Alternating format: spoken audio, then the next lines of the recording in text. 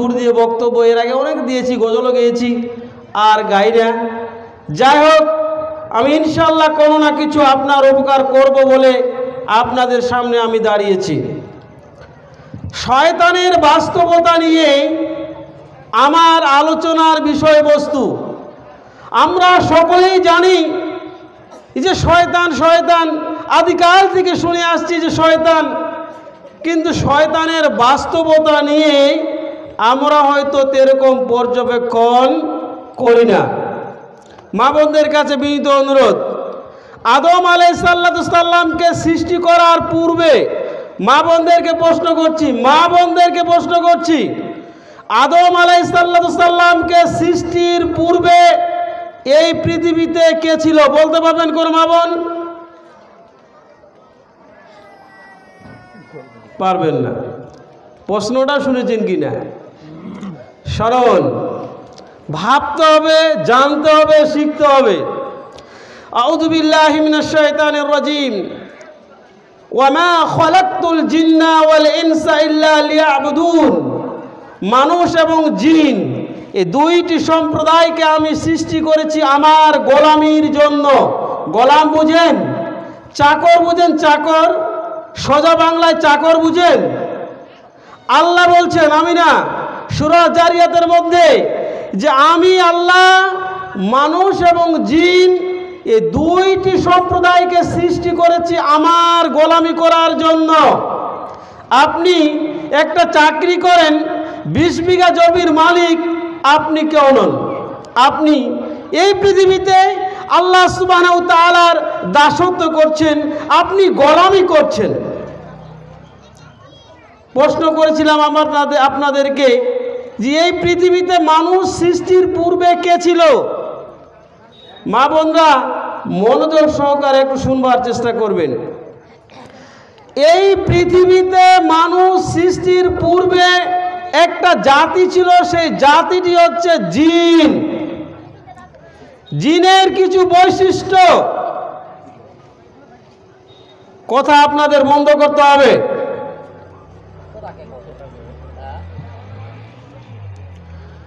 এই পৃথিবীতে মানুষ সৃষ্টির পূর্বে একটা সম্প্রদায় ছিল, সেই সম্প্রদায়ের নাম হচ্ছে জিন।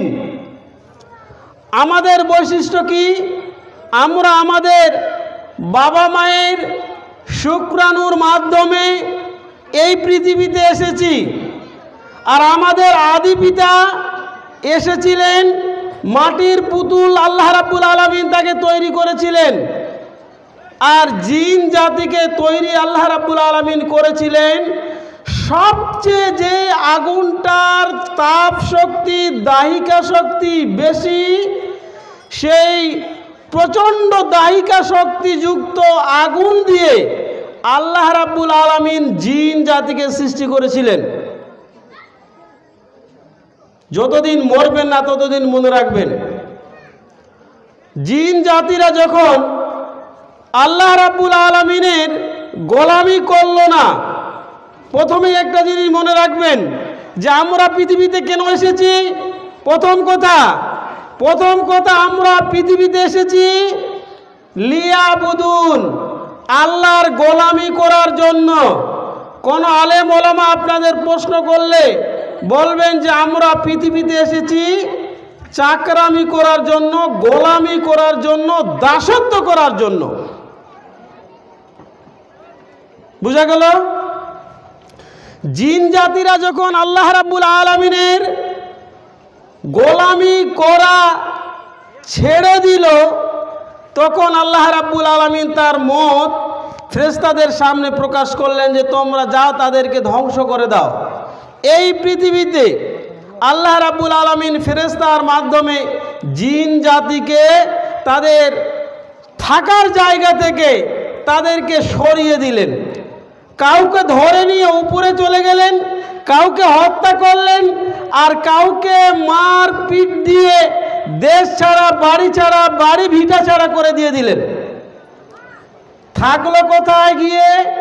কেউ থাকলো সমুদ্রতে গিয়ে, কেউ থাকলো শ্মশানে গিয়ে, কেউ গোরস্থানে গিয়ে, আবার কেউ থাকলো যত রকমের নোংরা জায়গা, সেই নোংরা জায়গাগুলোতে, যেমন গোসলখানা, বাথরুম, আর সবচেয়ে যেটা নিকৃষ্ট খারাপ জায়গা, সেই খারাপ জায়গাগুলোতে গিয়ে তাদের অবস্থান হলো।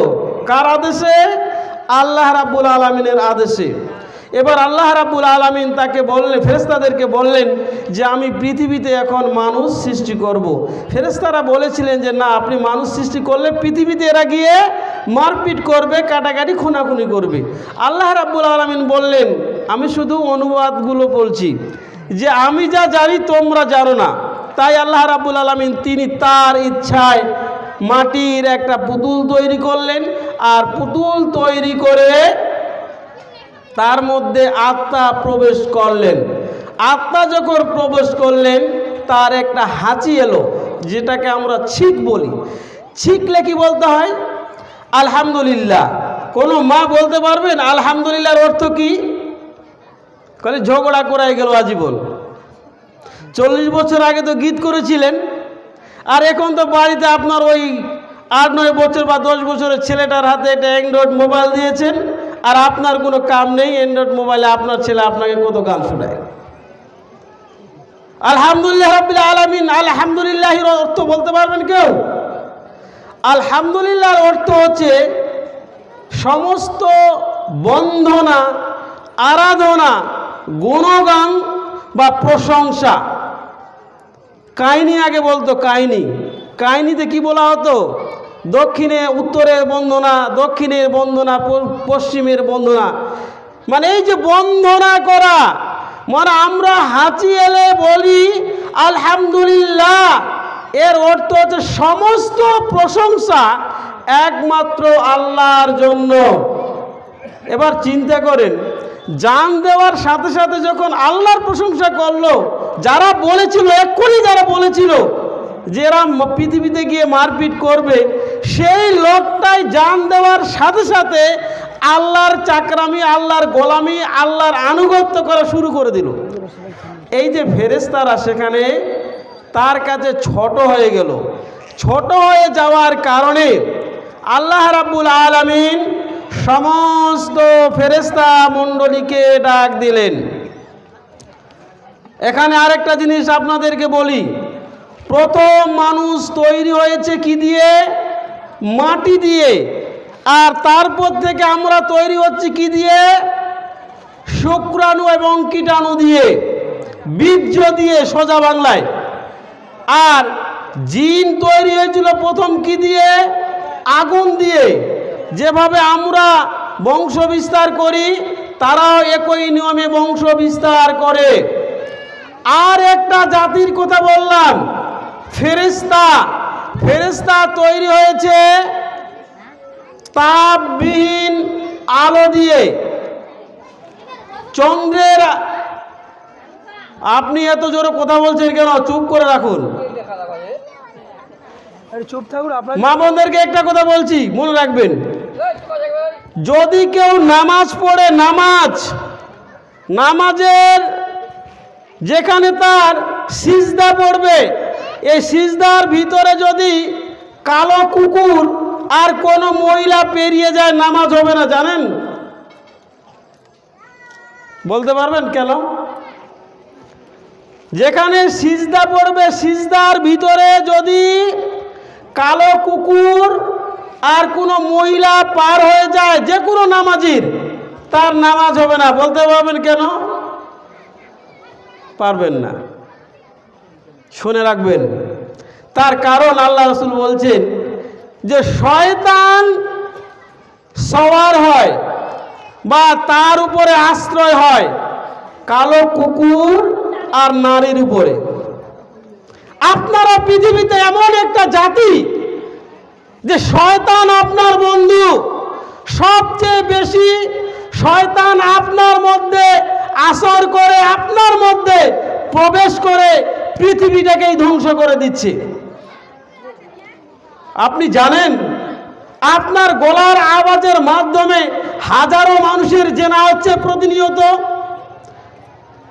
আপনার লজ্জা নাই। আপনার গলার আওয়াজটা 14 প্রকারের পুরুষ ছাড়া অন্য কোনো পুরুষ শুনলে জেনা হবে, জেনা। মগজেই ঢুকেনি আপনার, আপনি জানবেন কি? কোন মহিলার আওয়াজ 14 প্রকারের পুরুষ ছাড়া অন্যের কানে যদি পৌঁছে, তার দ্বারা জেনা হয়ে গেল। জেনা শুধু এক পুরুষ আর এক নারী মিলে অবৈধ কাজ করলেই যে জেনা হয় তা নয়। জেনা হওয়ার অনেক উপকরণ রয়েছে, তার মধ্যে একটা হচ্ছে নারীদের গলার আওয়াজ। তো গলার আওয়াজটা কম করবেন। গলার আওয়াজ মনে রাখবেন যে নিজের স্বামী আর বাকি আর 13 প্রকারের পুরুষ যাদের সঙ্গে আপনার বিবাহ হারাম, এগুলো ছাড়া অন্যের কানে আপনার এই গলার আওয়াজ যদি যায়, আপনি একজন জেনাকারী নারী। তো যেটা বলছিলাম যে আর একটা জাতি, সেটা হচ্ছে ফেরেশতা। ফেরেশতাদেরকে তৈরি করেছেন আল্লাহ পাক তাপবিহীন আলো দিয়ে। সূর্যের তাপ আছে, আলো আছে, যেমন চন্দ্রের আলো আছে কিন্তু তাপ নেই। এইরকম এক তাপ দিয়ে আল্লাহ রাব্বুল আলামিন সৃষ্টি করেছেন ফেরেশতা। এদের কাজ কি? এদের বিবাহ শাদী নেই, খাওয়া দাওয়া নেই, পেশাব পায়খানা নেই, ঘুম নাই, চিন্তা ভাবনা কিছু নাই। এরা 24 ঘন্টার জন্য প্রকৃতির নিয়মের মতো আনুগত্য করে। প্রকৃতির নিয়ম মানে সূর্য প্রতিদিন আপনার 14 গোষ্ঠী দেখেছে যে পূর্ব দিকে ওঠে, পশ্চিম দিকে যায়, আর কিয়ামতের দিন পর্যন্ত শুধু একটা দিন ব্যতিক্রম হবে। একই নিয়মে যে নিয়ম তাকে বেঁধে দেওয়া হয়েছে, ওই নিয়মের উপরেই সে চলে। তো ঠিক অনুরূপভাবে ফেরেশতা মণ্ডলীরা হচ্ছে ওই রকম যে প্রকৃতির নিয়মের মতো তারা একটা নির্দিষ্ট নিয়মের ওপরে চলে, নিয়ম ব্যতীত তারা চলে না। তাহলে কয়টা জাতি পেলাম? মা বোনদেরকে বলছি, কয়টা জাতি? 3টা। একটা ফেরেশতা, একটা জিন, আর একটা হলো কে? আমরা। কোথায় ছেড়েছিলাম মনে আছে? মনে নাই। যে আল্লাহ রাব্বুল আলামিন আদম যখন ছিকলেন, হাঁচি দিলেন, তখন আলহামদুলিল্লাহ বললেন। ফেরেশতা মণ্ডলীরা সবাই নিচু হয়ে গেল। আল্লাহ বললেন, তোমরা সকলেই আদমের পদতলে নত হও, সিজদা করো। এবার সবাই মিলে আদমকে সিজদা করলেন। আরেকটা কথা বলেছি, মনে আছে কি না, যে যখন জিন জাতিকে এই পৃথিবী থেকে ধ্বংস করা হয়েছিল, কিছু জিনকে তুলে নেওয়া হয়েছিল উপরে। এই উপরে তুলে নেওয়ার মধ্যে একজন ছিল আজাজিল। কি বললাম? আজাজিল। এই আজাজিল হলো পৃথিবীর জিনদের প্রথম জিন। মানুষের মধ্যে প্রথম মানুষ হচ্ছেন আদম, আর জিনদের মধ্যে প্রথম জিন হচ্ছে আজাজিল। এবার আজাজিলকে যখন বলা হলো সিজদার কথা, সে তখন বলছে যে আমি তো সিজদা করব না। কেন? বলছে আমি হলাম আগুনের তৈরি আর সে হলো মাটির তৈরি। সে এখন সম্মানের এক জায়গায় পৌঁছে গেছে। সে বলছে আমি হলাম আগুনের তৈরি, সে হচ্ছে মাটির তৈরি, আমি তাকে কি করে সিজদা করতে পারি? আল্লাহ বললেন আমার হুকুম। বলছে আমি এটা পারবো না। আল্লাহ রাব্বুল আলামিন তাকে